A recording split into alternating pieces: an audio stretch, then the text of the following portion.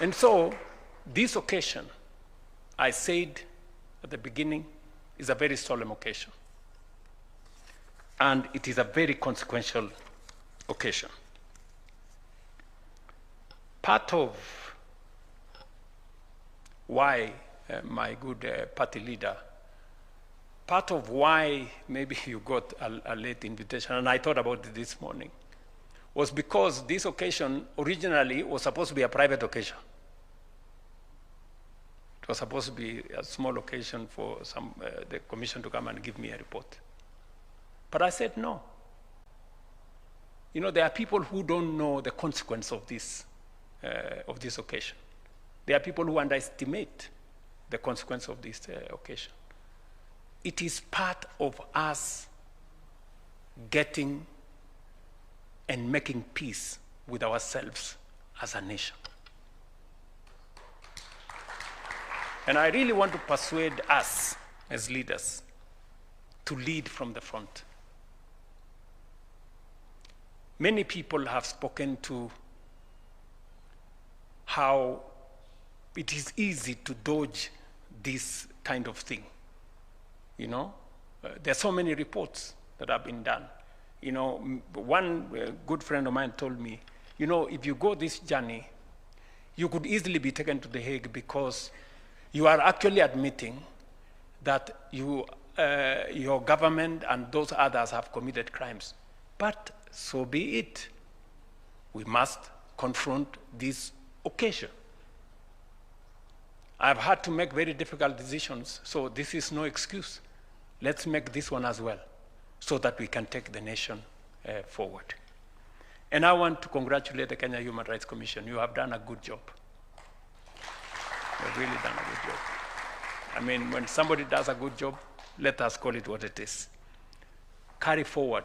And I have listened to you very carefully, and you have said that we need to make resources available to you and your commission so that you can discharge your responsibility, because it is now almost a requirement that whatever it is we do, whether we are keeping the peace or we are running development, it must be in tandem with the rights of people.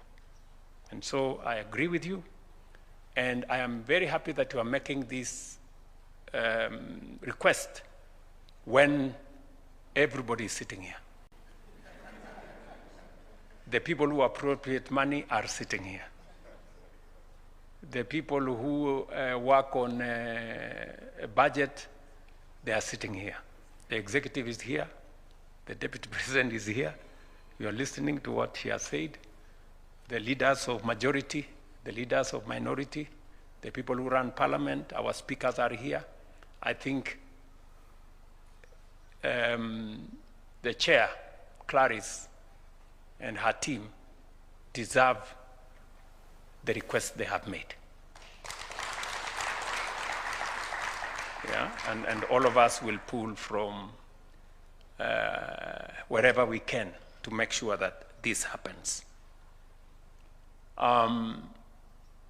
As you are aware, this conversation we are having in Kenya is not an isolated conversation. It is the same conversation we will be having tomorrow in France. And we will be having tomorrow a conversation about fairness and about how we treat each other. We will be making, personally, I will be taking a very candid position that as a people, we do not want relationships with others based on dependency. No, we want a relationship of sovereign equality.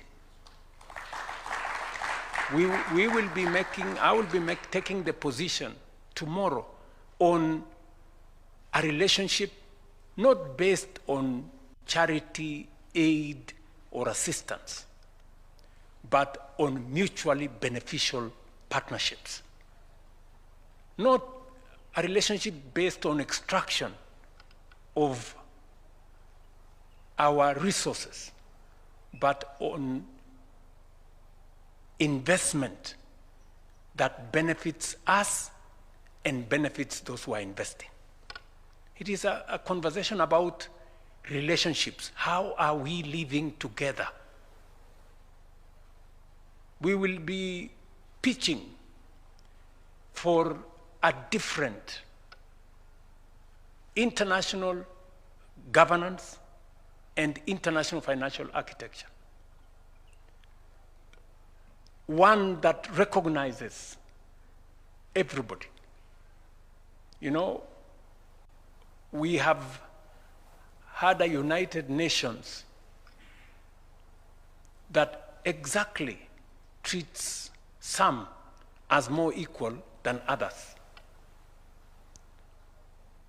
We are saying it is no longer tenable, it is no longer acceptable to have an organization that is not representative, that is not democratic, and that is not accountable.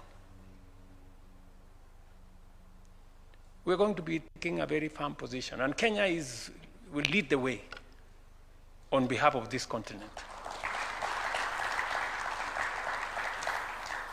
Because they say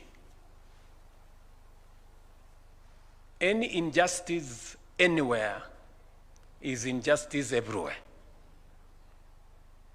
And we do not be victims of that. I think there was a saying that